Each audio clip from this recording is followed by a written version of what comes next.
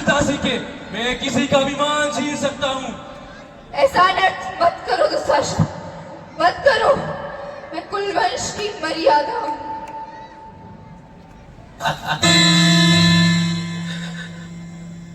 हे गोविंद, हे द्वारिकाधीश, हे सर्वशक्तिमान, हे योगेश्वर, मेरी लाज बचा, मेरी लाज बचा गिरधारी। हे कृष्ण, हे कृष्ण।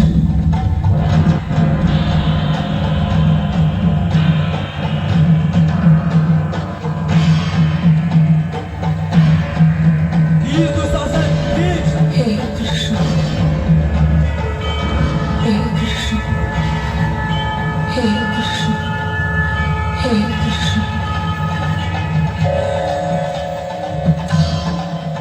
हे कृष्ण, हे कृष्ण, हे कृष्ण, हे वीर कृष्ण, दुशासन, वीर। हे कृष्ण, हे कृष्ण, हे कृष्ण, हे कृष्ण,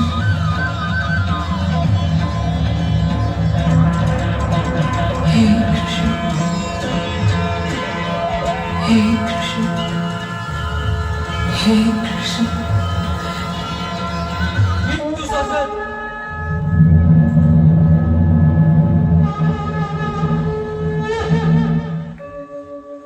यदा यदा हि धर्मस्य ग्लानिर्भवति भारत अभ्युत्थानम् अधर्मस्य तदात्मानं सृजाम्यहम् परित्राणाय साधूनां विनाशाय च दुष्कृतां धर्म संस्थापनार्थाय संभवामि युगे युगे। दुर्योधन, मैं अब तक तेरी हर गलती को ये सोचकर माफ करता आया हूं कि तू अभी तक बच्चा, अबोध, नादान या एक मूर्ख बालक है, किंतु आज तूने ये साबित कर दिया कि तू एक बच्चा नहीं अपितु सत्ता के मद में डूबा हुआ एक दम्भी मनुष्य है, जो ये भी भूल गया कि तुझे मनुष्य बनाया किसने। तूने मुझे नहीं जाना, तूने मुझे नहीं पहचाना। आज अपनी आंखें खोल दुर्योधन और जान मैं कौन हूं। मैं वो हूं जिसके प्रेम के लिए समस्त संसार तरसता है और जिसके क्रोध के आगे समस्त ब्रह्मांड थर्राता है। मैं जन्म हूं, मैं ही मृत्यु, मैं अनादि हूं, इसलिए मैं था और सदैव रहूंगा। लेकिन याद रख दुर्योधन, मैं हमेशा तेरे काल का मूल हूं। संसार के सारे क्षत्रिय सुने, वो क्षत्रिय भी सुने जो इस संसार में नहीं है, वो क्षत्रिय भी सुने जो इस संसार में आने वाले हैं। मैं जो कहने जा रहा हूं, ऐसा ना तो किसी ने कहा है, ना ऐसा कोई कहेगा। मैं पांडुपुत्र भीम ये घोषणा करता हूं, जब तक इस दुशासन की छाती को चीरकर इसका नाम नहीं मिलूंगा, मैं अपने पूर्वजों को अपना मुंह नहीं दिखाऊंगा।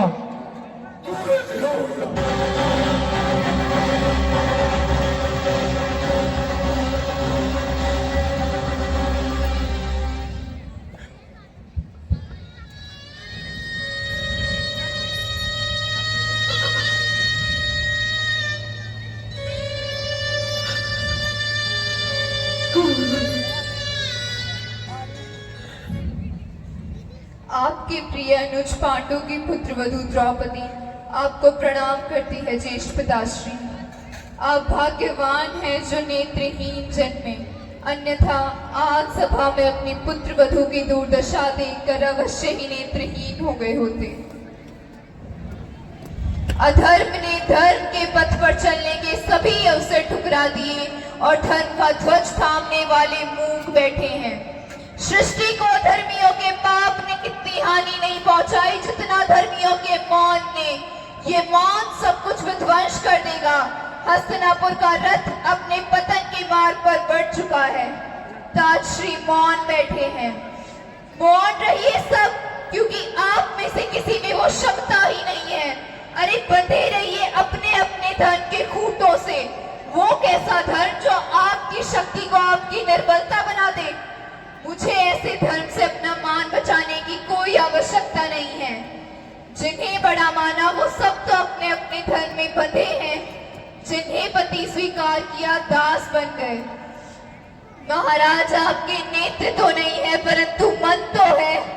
आपकी महत्वाकांक्षा ने दुष्ट दुर्योधन को मानव से राक्षस बना दिया। महाराज, आज उस नीच ने एक नारी के सतत्व को छिन्न भिन्न कर दिया। महाराज, कुछ तो बोलिए महाराज।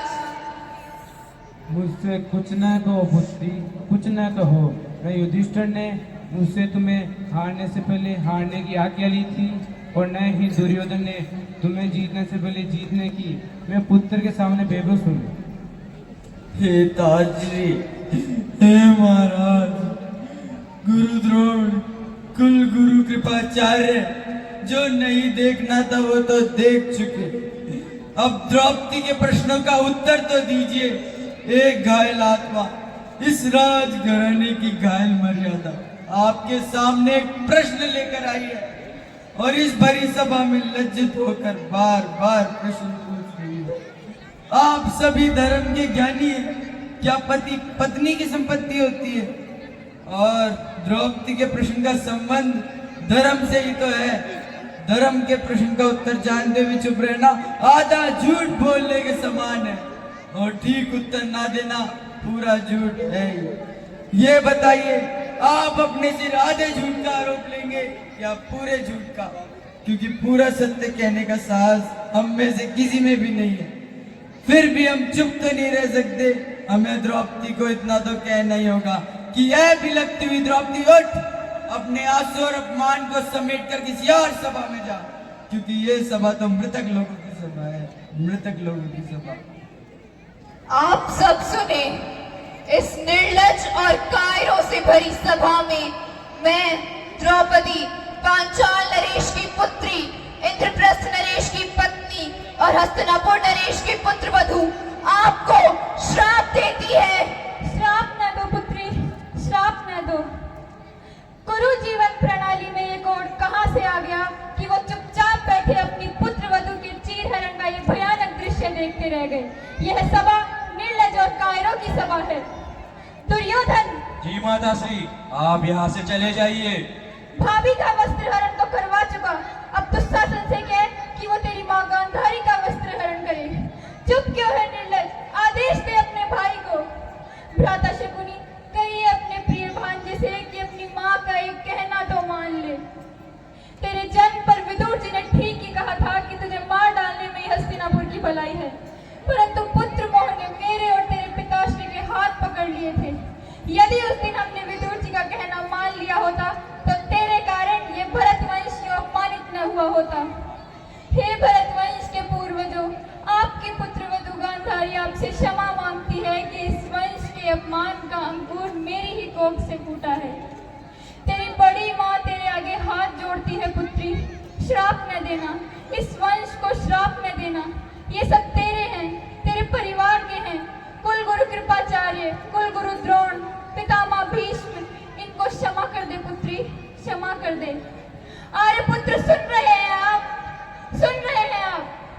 जिस वंश में आज तक किसी का हाथ किसी दासी के वस्त्र तक न पहुंचा हो, उसी कुरु राजवंश में भरत के उत्तराधिकारी का हाथ आपकी पुत्र वधू तक पहुंच गया और आपने कुछ न कहा। आपको सती के श्राप का डर भी नहीं लगा आर्य पुत्र। यदि द्रौपदी कह दे तो भूमि आपको अनाज देने से, चांद आपको चांदनी देने से, नदी आपको पानी देने से और सूरज आपको धूप देने से मना कर दे, आपकी संपूर्ण सेना भी इस सती के श्राप को रोक नहीं सकती। आर्यपुत्र, रोक नहीं सकती। आर्यपुत्र, आप देख तो नहीं सकते परंतु सुन तो सकते हैं।